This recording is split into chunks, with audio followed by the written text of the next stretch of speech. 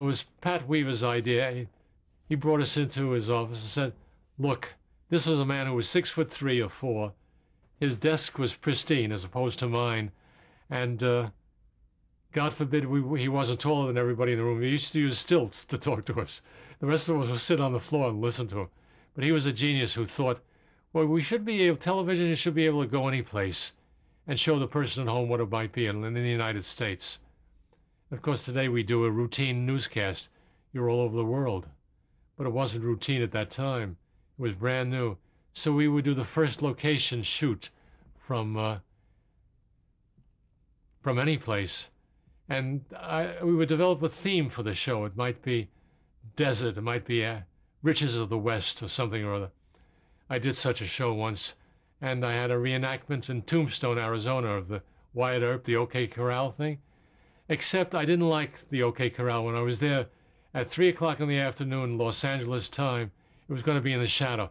So I moved the OK Corral up the street to a place where I knew the sun would be at 4 o'clock. And not too long ago, I was a guest of the governor in Arizona and Senator McCain. And I was glad to tell you that my OK Corral is still the only one that the tourists see in the tourist bus.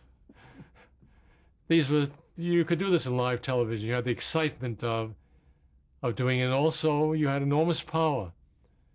I was thinking earlier today about, I did all, because I was a former Army officer, and I had been in service during World War II, both as a flyer and as an infantry officer.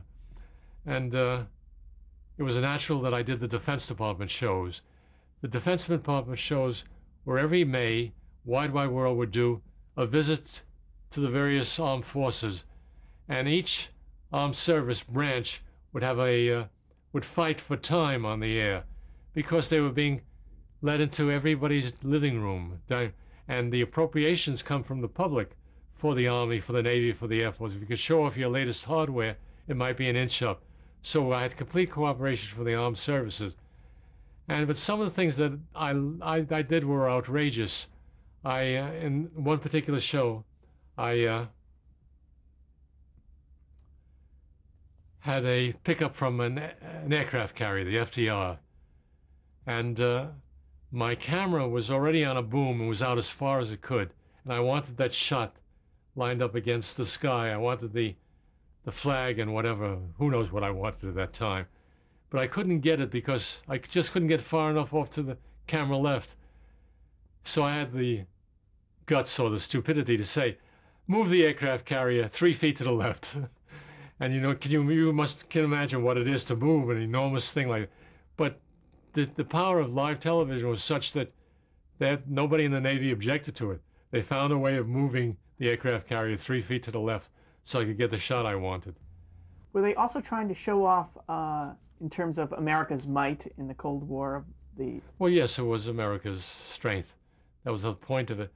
I literally I ordered a flyby for a certain sequence, and those planes would be out there, and I was going on the air live in 20 seconds, and I would say to keep your camera up there, because I was in New York. There was a producer every 8 weeks on the show, or every 6 weeks. In the third year we did it. So I would go on location and choose the storyline that I wanted to, what the emphasis was, determine who was going to appear in front of camera. And then I would leave a director and a producer for the local sequence there.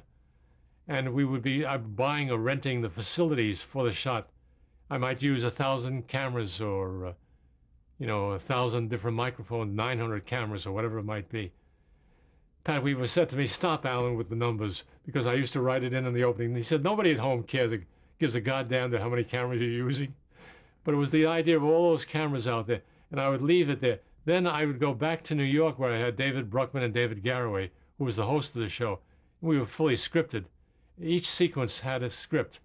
And I would rehearse as best I could because the lighting conditions would change during Sunday until we got on the air. I would have a full orchestra rehearsal by itself. Then I would try to do something like a dress rehearsal, but I couldn't because it would be dark already in the East Coast on some of these sequences. And I didn't have necessarily the light.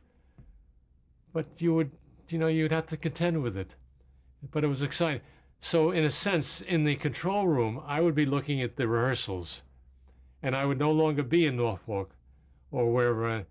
And I'd say, I want the plane up here, and for the shot there, and I'd be looking at their camera shot, feeding into my control room in New York, in Rockefeller Center, and Studio 3G, where I'd have Dave Garroway doing the hosting and on camera, and 8H, where I had the orchestra, and all over the country where I had all these cameras spread out. And this was before tape, of course.